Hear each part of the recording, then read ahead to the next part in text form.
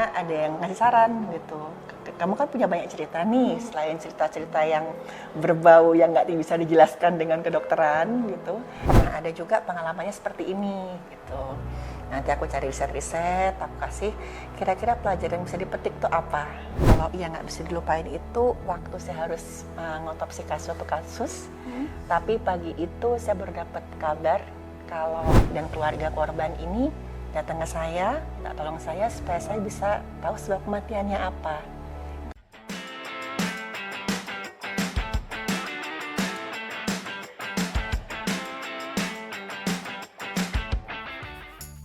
Halo Sobat Suara.com, kembali lagi di program Lekat, kenal sosok lebih dekat bersama aku Kintan.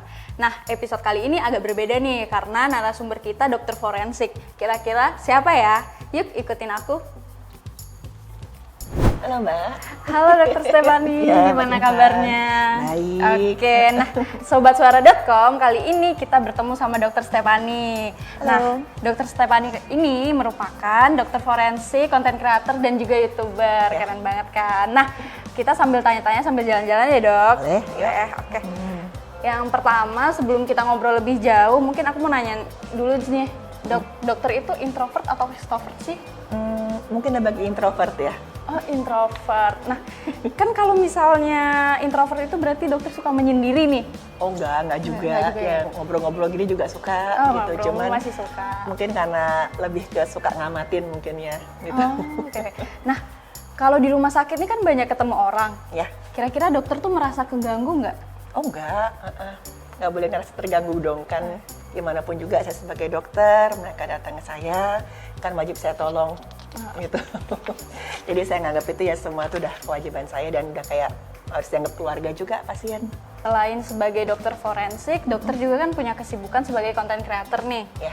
Nah, kira-kira dokter ini keganggu nggak sih kesibukannya karena berfokus pada forensik, otopsi, terus jadi misteri, kriminalitas, bisa diceritakan nggak sih dok? Oh. Aku pengen nih jadi content creator dari kayak latar belakangku yang bahas-bahas tentang forensik, terus nyambungin ke kriminal gitu Ya. dok mungkin. Jadi dulu tuh kan memang pernah aku tuh diwawancara, saya diwawancara sama salah satu channel horor tuh namanya Kisah Tuna Jawa. Oke. Terus saya sharing-sharing cerita di situ. Nah, terus beberapa yang nonton ya waktu itu ya syukurlah sambutannya cukup baik. Terus akhirnya ada yang ngasih saran gitu. Kamu kan punya banyak cerita nih, selain cerita-cerita yang berbau yang nggak bisa dijelaskan dengan kedokteran gitu. Kan ada juga cerita yang lain-lain juga kasus-kasusnya gitu. Saya waktu itu masih, masa sih misalkan aku sharing cerita, kira-kira enak nggak ya gitu kan, ada halangan etik segala macam. Tapi kan kata teman aku ya asalkan saat itu yang namanya nama, tempat itu disamarkan aja. Yang penting kan inti pelajaran yang bisa diambil dari ceritanya tuh apa gitu. Terus aku masuk yang channel kedua, aku sharing lagi cerita di situ. Ya udahlah coba bikin channel sendiri gitu. Aku sharing-sharing, aku ambil bahan dari kasus yang sudah aku tangani, terus juga beberapa dari jurnal kedokteran juga untuk sisi kedokterannya. Terus ya aku sharing di situ, ternyata sambutannya lumayan gitu. Nah, apalagi waktu itu kan aku juga sharing tentang pengalaman yang nggak bisa kujelaskan secara medis. Itu beberapa ada yang tanya juga gitu. Jadi intinya yang saya sharing di situ ya dari sisi kedokteran dan juga berharap nanti misalkan aku cerita beberapa share ceritaku itu jadi orang tuh jadi nggak ngalamin apa yang dialamin oleh korban-korban yang aku tanganin. Ya memang ada beberapa hal itu belum bisa dijelaskan secara ilmiah. Ngomongin kendala, terus ada riset khusus nggak sih dok biar kayak konten-konten kita tuh bisa nge-reach banyak orang gitu? Ya kadang ya saya ngeliat juga nih isu yang saat ini jadi bahan perbincangan tuh apa gitu. Misalkan kayak kemarin ada isu tentang mungkin perilaku seks tidak aman gitu kan. Aku cek dulu nih, dulu perasaan pernah ada juga pengalamannya seperti ini gitu. Nanti aku cari riset-riset, aku kasih kira-kira pelajaran yang bisa dipetik tuh apa. Kan beberapa mungkin banyak yang belum tahu misalkan tentang keamanan ya, mohon maaf kayak alat kontrasepsi itu berapa persen bisa melindungi. Risetnya aku lihat apa yang lagi saat ini jadi banyak dibicarakan, terus kira-kira apa yang kira-kira orang tuh masih agak salah persepsi gitu tentang itu. ya aku bantu sebagai dokter kan, aku bantu luruskan juga. Ada dasar ilmiahnya juga gitu, bahan pendukungnya dari jurnal-jurnal kedokteran. Berarti ini kan dokter lagi ngambil topik tuh selalu yang lagi tren, terus kadang juga berusaha meluruskan yang mungkin selama ini tuh dianggap sama khalayak nggak sesuai gitu. Yeah. Nah, mungkin nggak sih dok dapat pertanyaan-pertanyaan aneh gitu, kayak kadang nggak apa ya, mereka kaget ternyata faktanya tuh berbeda dengan yang berseliweran selama ini. Oh sering ya, Sering beberapa. Jadi beberapa tuh suka nanya, misalkan lagi tentang bahas otopsi gitu. Oh ternyata kalau orang meninggal itu nggak semuanya harus diotopsi ya, cuman kasus-kasus tertentu aja gitu. Atau misalkan kayak topik yang kemarin itu kan sempat membahas oh ternyata baru tahu ya kalau keamanan alat kontrasepsi itu untuk mencegah penyakit menular seksual dan segala macam itu nggak 100% ya. Terus ternyata hasil lab yang kamu bebas penyakit menular seksual itu nggak menjamin ya ternyata gitu. Ada beberapa yang nanya kayak gitu ya. Gitu sih ya, saya senang gitu. Jadi ternyata bisa meluruskan kesalahan persepsi yang berpotensi untuk membuat mereka tuh takutnya membuat kesalahan gitu. Oke, kita pindah ke tempat lain aja ya dok, Oh ya, biar boleh. kayak lebih ngobrolnya seru lagi. Boleh. Dokter Stephanie ini kan punya tagline, melihat yang tidak semua orang lihat. Ya. Bisa diceritain nggak sih dok, maksudnya melihat di sini itu apa? Oh melihat itu, misalkan kan saya nanganin korban mati. Yang saya lihat di situ kan kadang-kadang orang itu kan melihatnya, oh ini luka gitu, ini bibirnya biru. Nah tapi kenapa? Nah saya ngeliatnya tuh, oh kok bibirnya biru itu dia ada tanda mati lemas. Lukanya ini di kepala nih gitu, dan lukanya itu bentuknya seperti ini.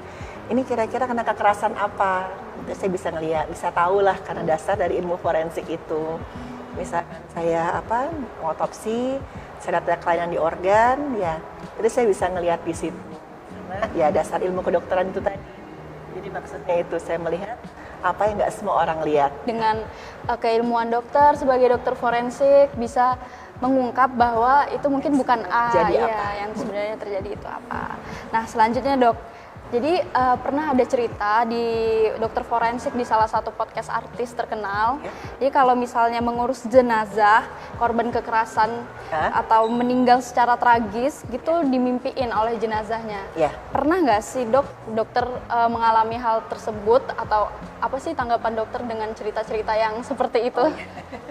Kalau mungkin ya dokter forensik itu kan kita kebanyakan ngurus kasus mati, korban yang sudah meninggal. Dan bisa dikatakan ya pengalaman seperti itu ada yang alami juga. Saya beberapa kali nangani gitu, misalkan saya setelah nangani korban, kalau dia datang kadang sambil nangis, kadang juga cuma terima kasih, senyum terus dia pergi. Tapi ya saya anggap itu ya, jadi coba komunikasi aja kok gitu. Dia nggak maksud jahat gitu kan, nggak ada maksud ganggu. Karena niat saya kan baik, saya memperlakukan dia seperti pasien hidup. Ya maksudnya ya lihat saya udah baik, saya mau nolong dan sesuai dengan kompetensinya saya.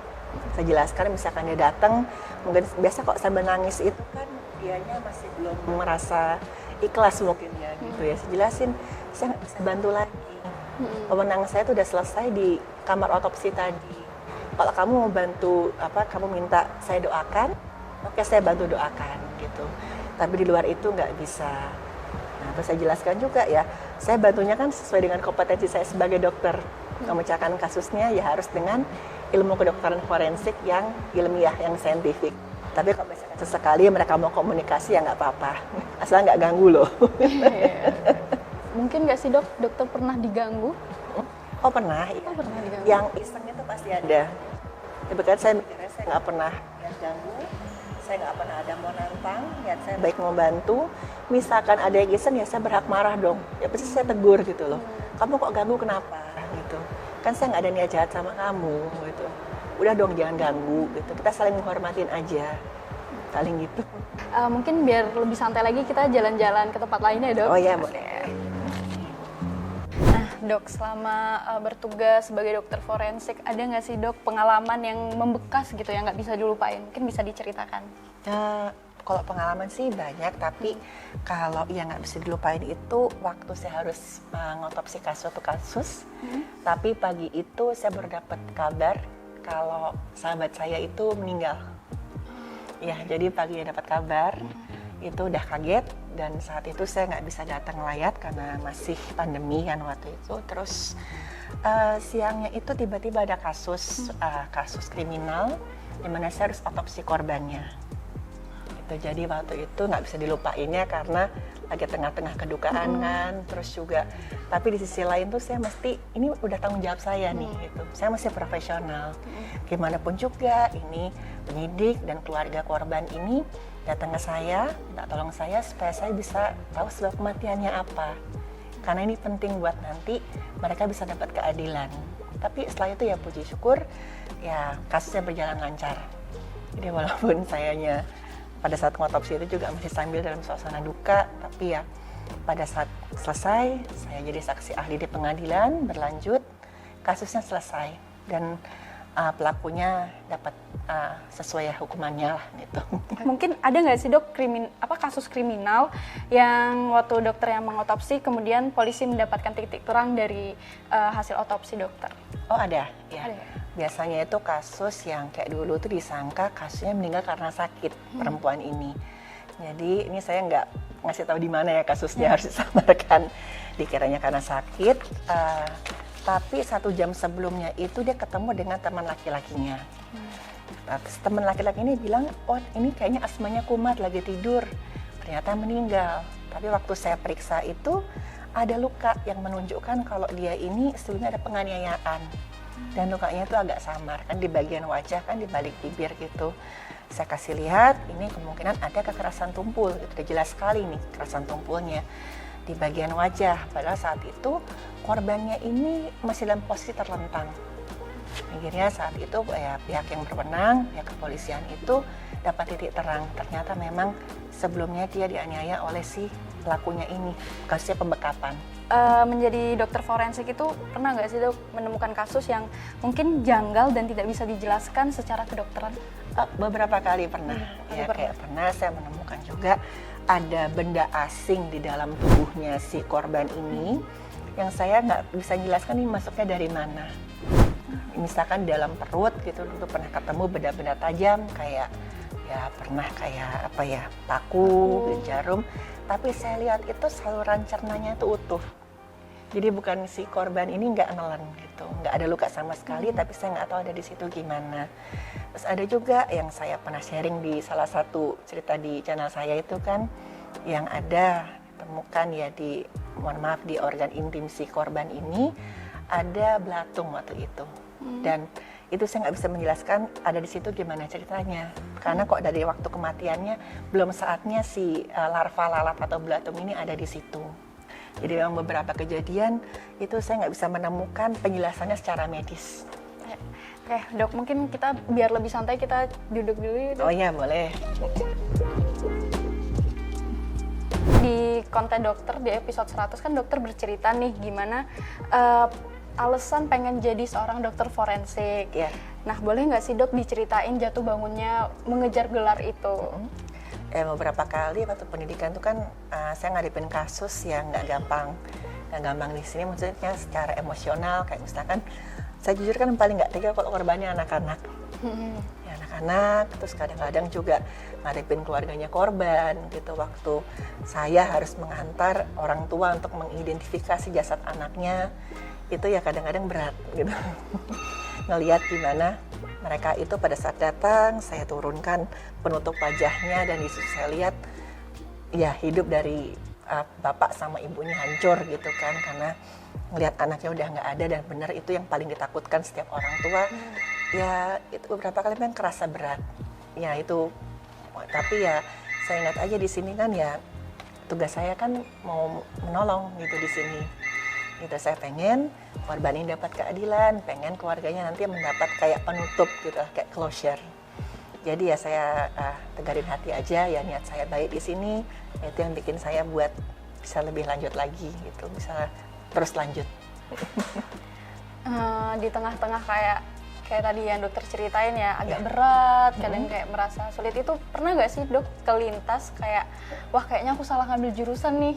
Oh, ini sih nggak sampai yang kayaknya aku harus nggak mestinya tuh ngambil forensik gitu, nggak. Oke, berarti dokter ini tetap teguh ya dok, dari awal sampai akhirnya menjadi dokter forensik. Ya mungkin Selesai karena memang pendidikan. panggilannya di situ mungkin. Oke. Mudah-mudahan. Nah, boleh nggak ya dok, aku bertanya mungkin tadi kan pendidikannya waktu kuliah ya dok? Ya. Kalau SD, SMP, SMA itu di mana ya dok? Oh, aku sekolahnya itu di Jakarta, SD di Adi Irma, SMP di Asisi, Santo Fransiskus Asisi, SMA-nya juga sama. Tapi waktu itu waktu SMA sempat juga ikut pertukaran pelajar setahun ke Inggris. Berarti dokter ini dari sekolah dulu mungkin sudah berprestasi ya dok ya? Oh enggak juga.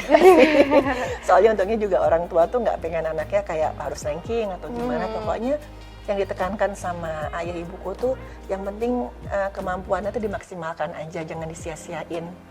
Potensinya di mana itu dimaksimalin aja. Aku pengen tahu nih dok, dokter itu kelahiran di Jakarta atau di mana dok? Aku kelahiran Jakarta. Oh Jakarta. Iya. Berarti sekarang dokter udah pindah ke Jogja sekeluarga atau gimana dok?